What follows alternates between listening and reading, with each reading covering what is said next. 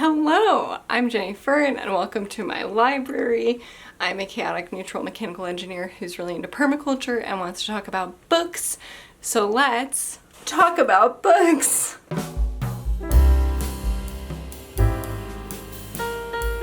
To my absolute pleasure and surprise today, when I got home, I saw that my little free library was chock-a-block full of new donations.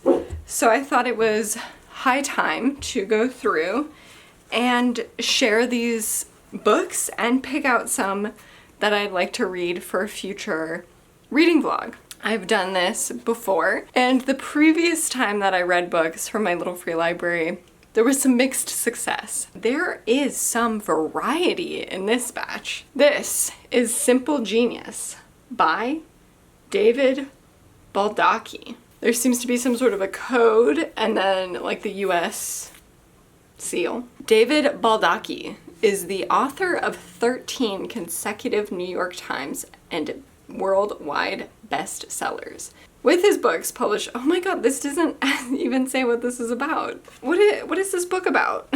Tell me. In a world of secrets, human genius is power and sometimes it is simply deadly. Near Washington, D.C., there are two clandestine institutions. The world's most unusual laboratory. There is a boy trying to climb the tripod. The world's most unusual laboratory, and a secret CIA training camp. Drawn to these sites by a murderer, ex-Secret Service agent Sean King encounters a dark world of mathematicians, codes, and spies. His search for answers soon leads him to a more shocking violence and an autistic girl with an extraordinary genius. Now, only by working with his embattled partner, Michelle Maxwell, can he catch a killer and solve a stunning mystery that threatens the entire nation. If you can hear some crazy noise, is my dog. She has one of my jackets and she's like trying to make it into a little bed for herself. She didn't even lay down. Do you want a blanket? Oh my god, what are you doing? She's gone crazy with power. Kind of interested in this. I do like the idea of like the codes and like mathematicians and stuff. I'm a little wary of the autistic representation. I'm not sure if that would be done well. Kind of interesting. I'm not gonna set it aside for myself right now because I actually do have a stack of books to get through. Soldier of God by David Hagberg. Suicide bombers are coming to America's heartland. Their targets are most precious and vulnerable assets, our children. That is the most dramatic thing I've ever heard. Following the most terrifying lead of his life, CIA Director Kirk McGarvey traces the threat to a Saudi playboy prince. But the White House wants nothing to do with McGarvey's assumptions. Accusing a Saudi prince of such a heinous plan will surely strain the delicate political balance between the United States and Saudi Arabia. But McGarvey refuses to let politics stand in the way of his investigation, even if it means that the President of the United States will call him a traitor, even if it means he must resign as director of the CIA, and even if it means his meddling will lead to the kidnapping and brutal beating of his own wife. From the deadly, frigid Alaskan waters to the balmy breezes of the French Riviera, and finally to the Saudi Arabian embassy in Washington, D.C. That's like the least exciting place he could go. It's D.C. Mac fights through his own nation's restraints to stop suicide bombers willing to martyr themselves for their cause as soldiers of God. What an insane plot. When was this published? This was published in 2005, which makes more sense. 2001 was a crazy time in America for feelings. Or I guess 2002 more. So this kind of makes sense in that context of just being really afraid. I'm not gonna read that. Like, it sounds like an experience, but it's very long. The font is tiny. And it's about something that seems like it could go in a real problematic direction. The next book I have is by Danielle Steele, and it is Silent Night. Damn, she has written so many books. That is the list of her books. A shocking accident leaves a little girl fighting for her life and her childless aunt transforming her own world to protect her. In #1 New York Times best-selling author Danielle Steele's moving story of resilience and hope. The daughter of Hollywood royalty, stage mother Paige Watts, channels her acting dreams into making her 9-year-old daughter Emma the star of a hit TV show. Then everything is shattered by unforeseeable tragedy. Now Emma is living with her Aunt Whitney, a psychiatrist who had always hated the cult of celebrity that enveloped her and Paige's childhood. But at a moment's notice, Whitney drops everything to help her niece. Once famous and charismatic, Emma is now a shadow of her former self, lost and terrified.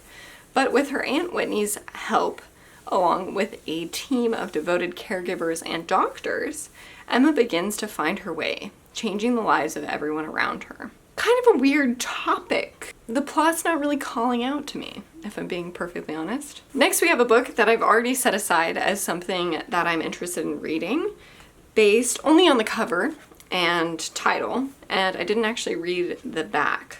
The back is long, so I probably won't read the whole thing.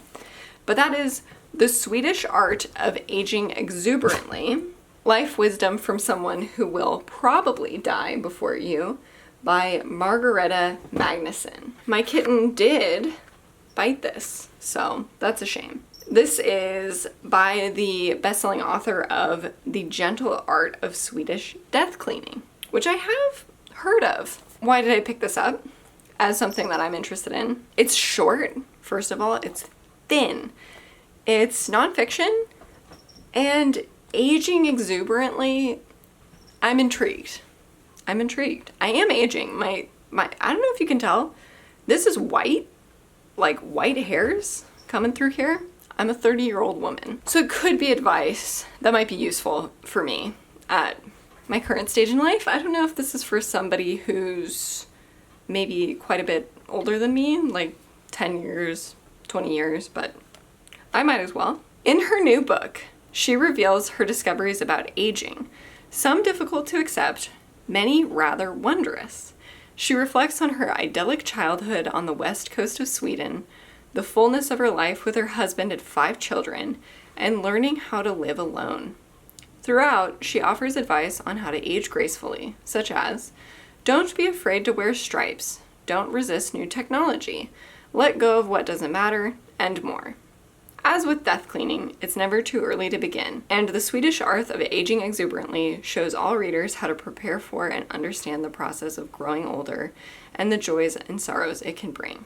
I might like this. The next book is No Man's Land by David Baldacci. Another Baldacci. Never heard of him before, to be honest.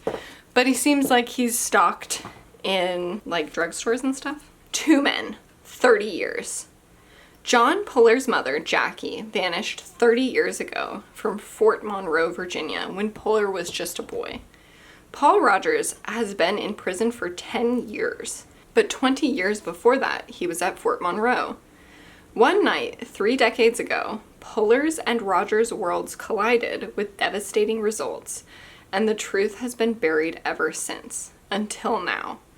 Military investigators, armed with a letter from a friend of Jackie's, arrive in the hospital room of Puller's father, a legendary 3-star general now sinking into dementia, and reveal that Puller Sr. has been accused of murdering Jackie. Aided by his brother Robert Puller, an Air Force major, and Veronica Knox, who works for a shadowy U.S. intelligence organization, Puller begins a journey that will take him into his own past to find the truth about his mother. I'm already exhausted. I'm not even done reading the plot summary. I'm exhausted. What is going on? His mother? What happened to his mother? She was killed or something? I don't know. Am I supposed to know these people already? I'm so disinterested in this. This next book I also already picked out as something that I'm interested in reading, and that is I Am Malala. I have such a visceral memory of an encounter with a roommate in college where she was talking about Malala. And I was like, who? Never heard of her. And she responded in a way that I thought was a little bit rude. She was like, you don't know Malala? Everybody knows Malala. You didn't learn about this in school? I was like, could you please tell me what you're talking about? She was talking about her. So this is a true story. It is written by her about her. Malala Yousafzai was 10 years old when the Taliban took control of her region. Raised in a once peaceful area of Pakistan transformed by terrorism, Malala was taught to stand up for what she believes. So in a time when girls were forbidden from going to school, she fought for her right to be educated. On October 9th, 2012, she was shot point blank while riding the bus on her way home from school. No one expected her to survive. Now Malala is an international symbol of peaceful protest. In this young reader's edition, is this watered down? In this young reader's edition of her best-selling memoir, which includes exclusive material and photos and has been updated with a new epilogue, we hear firsthand of the remarkable story of a girl who refused to be silenced. The next book that I have is by James Patterson, and it is called Alex Cross, previously published as Cross. Alex Cross's most terrifying and emotional case may destroy him. Alex Cross goes on the hunt for the most cunning, psychotic killer he has ever faced.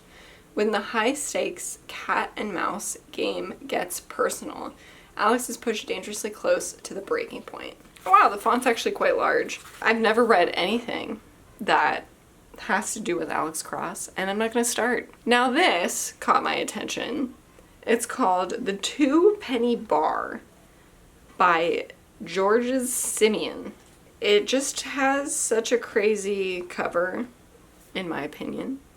A radiant late afternoon, the sunshine almost as thick as syrup in the quiet streets of the left bank.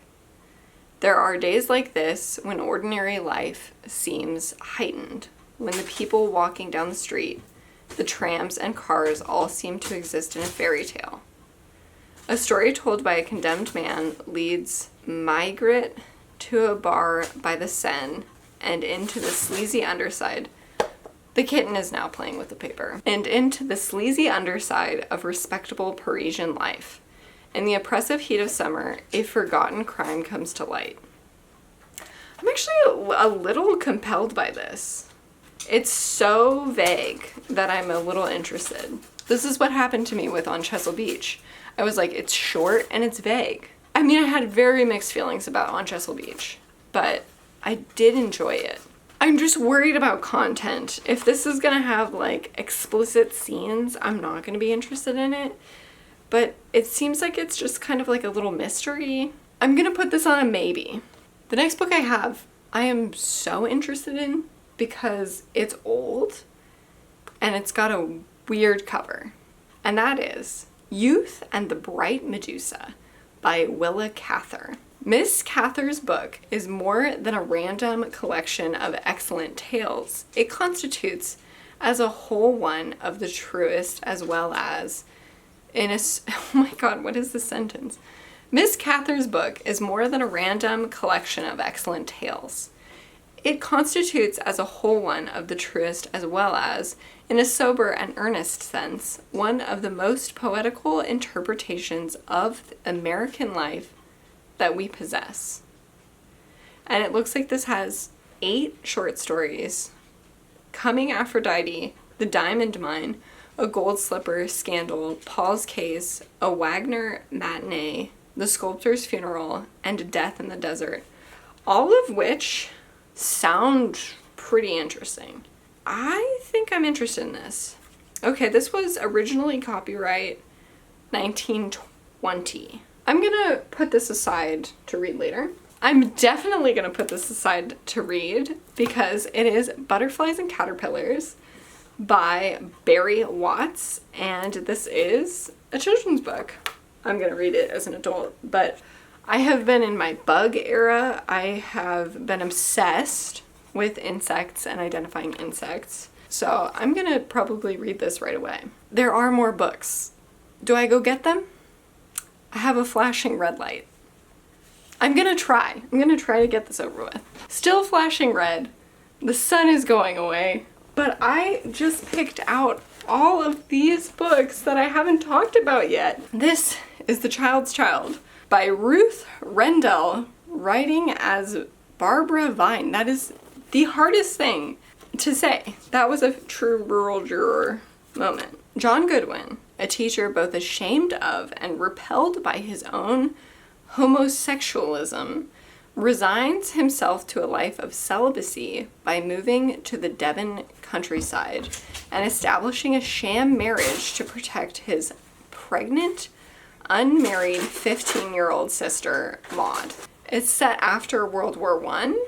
I'm not gonna read it. Not for me. The next book I have is Magpie by Elizabeth Day. Marissa and Jake are a perfect couple, and Kate, their new lodger, is the perfect roommate. And not just because her rent payments will give them the income they need to start trying for the baby of their dreams. Except no one is truly perfect. Sure, Kate seems to take a particular interest in their private lives, but Marissa brushes off her concerns, knowing that soon the roommate will be gone and it'll just be Marissa, Jake, and their baby. But when Kate's boundary pushing blossoms into an all-out obsession, Marissa is forced to ask, who is this woman? And why does she seem to know everything about them? This is kind of interesting. Not what I would usually read. I had to call it quits. I just ran out of time. My SD card got full and I have to water the garden before the sun is completely set. I'll see you again soon. Okay, thank you, bye.